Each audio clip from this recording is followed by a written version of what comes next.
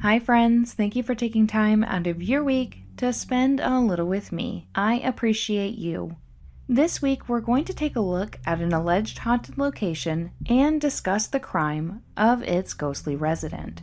So, I ask you all to join me as we take a look at the Calcasieu Courthouse. Located in Lake Charles, Louisiana, the Calcasieu Courthouse was built in 1912 for $350,000. The courthouse is the district court of the 14th Judicial Parish. The building is a two-story buff-colored brick, stone, and concrete structure. The courthouse was designed to incorporate elements of classic Greek and Roman architecture, including columns, pediments, and cornices. The exterior features numerous sculptures of allegoric figures representing justice, law, and order. The highest dome of the structure is made of copper. It was listed on the National Registry of Historic Places in 1980. The courthouse is a landmark in the city and has played an important role in recovery efforts after natural disasters. Following Hurricane Rita in 2005, the courthouse served as the headquarters for relief efforts and was used to distribute food, water, and other supplies to those affected by the storm. In addition, the courthouse has played a significant role in the legal and political history of the state of Louisiana, and for years hosted several notable trials. This includes the trial of former Louisiana Governor Edwin Edwards, who was charged with corruption in the 1990s, and more infamously, the murder trial of Toni Jo Henry, the first woman to be executed in Louisiana by the electric chair. Toni is well known around the courthouse since, it's said, she never left. But to understand why Toni would stick around, we need to discuss what brought her here to begin with. Annie Beatrice McQuiston was born on January 3, 1916 in Shreveport, Louisiana, to parents James and Ella. She was the third of 5 children to the couple. When Annie was young, her mother became ill with tuberculosis, and as a result, she was unable to care for her children. Annie and her siblings lived with her grandmother during this time. Ella sadly succumbed to her illness in 1922 when she was 34 years old, and as a result of her death, Annie was removed from her grandmother's care. She moved back in with her father and his new bride. She described life after her mother as miserable. While her sisters studied to be nurses and her brothers worked as laborers, Annie found part-time work at a macaroni factory when she was 13 years old. Her employment there was short-lived. Her boss discovered her mother passed away from tuberculosis and let her go due to fear of contamination. Allegedly, when she returned home, her father hit her for losing her job. This mistreatment was enough to encourage Annie to leave. With no job, skills, or education, she turned to prostitution to make ends meet. Annie renamed herself Toni Jo Hood, a name she felt was more fitting for the lifestyle she was living. Toni became addicted to drugs and alcohol. She worked on the streets and in brothels to make money to pay for her habit.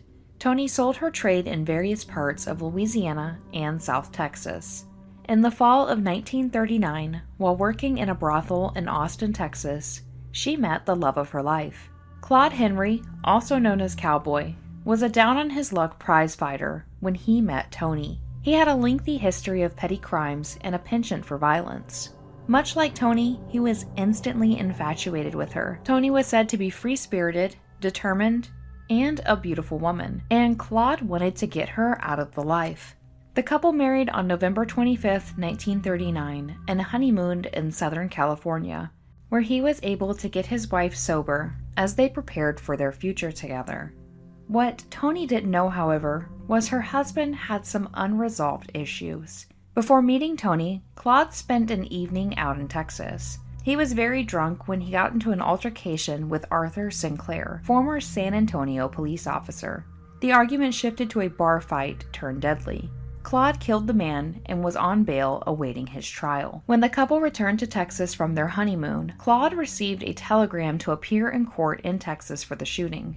Toni begged him not to go and said they could go on the run together, but Claude attended.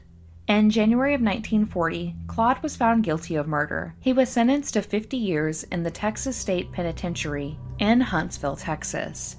After hearing the lengthy sentence, Toni shrieked out, "I'll get you out, cowboy. Don't worry." And she was serious. She started planning on how to break her husband out of prison. During this time, she met an ex-con and army deserter named Harold Burks, who went by Archie. Archie had recently served time at the prison. He claimed he knew the layout like the back of his hand and was more than willing to help Toni out. The big issue the two ran into, however, was money. They knew they would need money to escape once Claude was free, so Archie suggested they rob a bank. Archie was originally from Arkansas and suggested the two travel to Camden and rob a bank he knew about. He felt it was an easy mark. But the other issue they faced was they had no guns and no car to make it to Camden. Toni quickly came up with a solution. She recruited a few local teenagers to loot a gun store. With the stolen goods in hand, Toni explained to Archie they would pose as a pair of newlyweds to hitch rides to Arkansas. On February 14, 1940, the pair were in Orange, Texas searching for a ride when they came across a man named Joseph Calloway. Joseph was a 41-year-old salesman who was delivering a new Ford V8 coupe to his friend in Jennings, Louisiana, when he met the stranded newlyweds. Feeling for the young couple, Joseph agreed to give them a ride. Once they were in the car, the plan quickly changed. Toni thought the car would make the perfect getaway vehicle, so she strayed from the original plan. She pulled out her gun and made Joseph pull over. She then forced him into the trunk, but made him remove all of his clothes so she could have them for Claude. Once Joseph was in the trunk, she took the driver's seat and continued on their path. When they were closer to Lake Charles, Louisiana, Toni decided they needed to get rid of Joseph, fearing he would turn them in. Toni drove the car down a secluded road and removed Joseph from the trunk. She walked him off the path by some haystacks. She told him to say his prayers, then shot him execution style with her .32 caliber gun. She and Archie then returned to the car, stopping for the night at a cheap motel in Camden, Arkansas. Archie became concerned about how far Toni was willing to go after the cold-blooded murder of Joseph, so he decided to abandon the plan. He took the car and left Toni behind.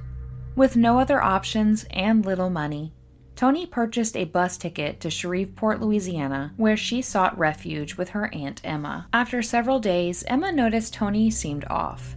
When she questioned her about it, she only received fragments of information. Worried, she relayed the information to her brother, who was a policeman, who then asked one of his co-workers to speak to Toni. The co-worker arrived back to the house with her aunt, where Toni was interviewed. Joseph was reported missing days prior, and he was unprepared for what Toni was about to tell him. Toni provided a detailed confession to the murder of the man, and when he didn't believe her, she delivered the gun, which had one shot fired. Toni was arrested and handed to Lake Charles police. No one fully believed Toni was capable of the murder until she was able to bring them to the spot where she left Joseph's body. The Ford coupe was soon discovered abandoned in Arkansas. It still contained Joseph's clothing and cigarette butts with lipstick on them. Toni was formally charged with murder. Initially, she did not provide details of her accomplice, but eventually provided Archie's information. He too was arrested and brought back to Louisiana on murder charges. Toni's first trial took place from March 27th to the 29th in 1940 at Calcasieu Courthouse. Her trial gained coverage due to her beauty and the severity of her crimes. She claimed her accomplice was the one to fire the fatal shot, but after deliberating for 6 hours, the jury convicted her of murder. She was sentenced to death by hanging. She showed no emotion at the verdict. During her time in prison, Toni befriended Father Wayne Richard of the Catholic Church. She learned the teachings of Catholicism and was baptized by Father Wayne in her cell in August of 1940, with the deputy sheriff as her godfather. Toni was able to appeal her conviction because they believed the publicity surrounding the trial affected the outcome of it, so a second one was granted. The second trial took place in February of 1941, and unlike the first one, Archie was asked to testify against her.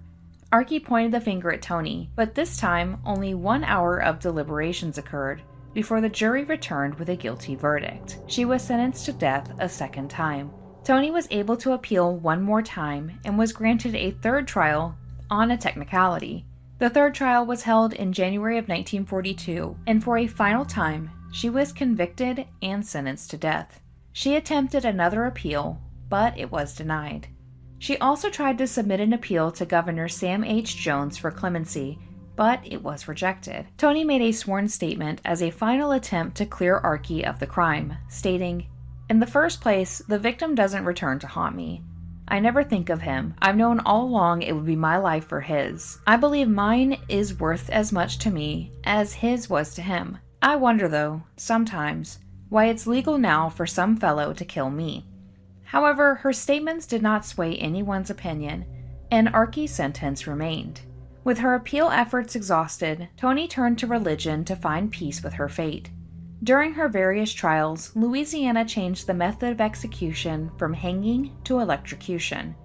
Just 10 months after her final conviction, Toni's sentence was carried out. On November 23, 1942, Claude and another prisoner decided to break out of a Texas prison farm where he was transferred. He made one final attempt to rescue Toni before her execution.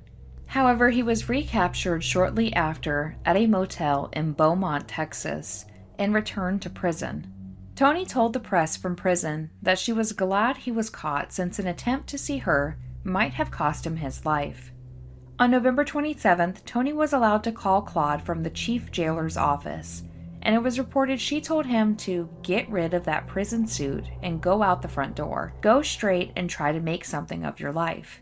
He was crying and emotional, but Toni seemed happy. Claude was paroled 2 years later due to poor health. He was shot to death on July 15, 1945 in Dallas, Texas by a cafe owner. On November 28, 1942, Toni was taken to the basement of the Calcasieu Courthouse. A portable electric chair was brought in from Angola prison. She was to be the 6th electrocution carried out in the state. Toni wore a plain black dress and was said to have cried when they shaved her head. She donned a colored scarf to hide her baldness. As she faced her fate, Toni clutched a small crucifix to console herself as she sat in the chair. Her only request was for her crucifix to be left in her hands after she was buried. During her last moments, Toni smiled at the executioner and admitted to being nervous and afraid, but went calmly to her death. She was allowed to pray a few moments, and when the sheriff asked if she had any final words, she replied no. Toni Jo Henry was pronounced dead at 12:12 p.m. No one claimed her body, so she was buried in a pauper's grave in Orange Grove Cemetery in Lake Charles. Father Wayne officiated her burial. On November 23, 1943, Archie was executed by the same electric chair. Toni was the first woman to be executed by electrocution in the state and became known as the Tiger Girl. Today, the courthouse still houses several courtrooms and is used for legal proceedings. It employs approximately 120 people, one of the largest teams of clerks in the state. It is from this team the many stories of unexplainable phenomena are born. Most notably, the lights in the rooms will flicker and pieces of equipment will turn on and off by themselves. When employees are alone, they can't help but feel like someone is watching them. Doors will randomly be locked with no one having gone in or out of the room. Ghostly whispers, screams of pain, and footsteps in empty hallways are reported by not only employees, but visitors as well. The voice of a woman and a full-bodied apparition are spotted throughout the building and are presumed to be Toni. In addition to all of the mysterious noises, many claim to smell wafts of cheap perfume and burning hair. Visitors and employees are convinced that Toni never left. Hi friends, if you made it this far, thank you so much for watching. As always, I'm interested in hearing your thoughts, so leave them below and we can chat about this case. If you found this to be informative, please consider giving the video a thumbs up to let YouTube know you want more from me. And lastly, if you're not subscribed yet, you should, because we would love to have you under the ash tree. Thank you again for stopping by. I appreciate all of the support and kindness you bring, but for now, we must part ways. So stay safe out there, and I will see you in the next one. Bye, friends.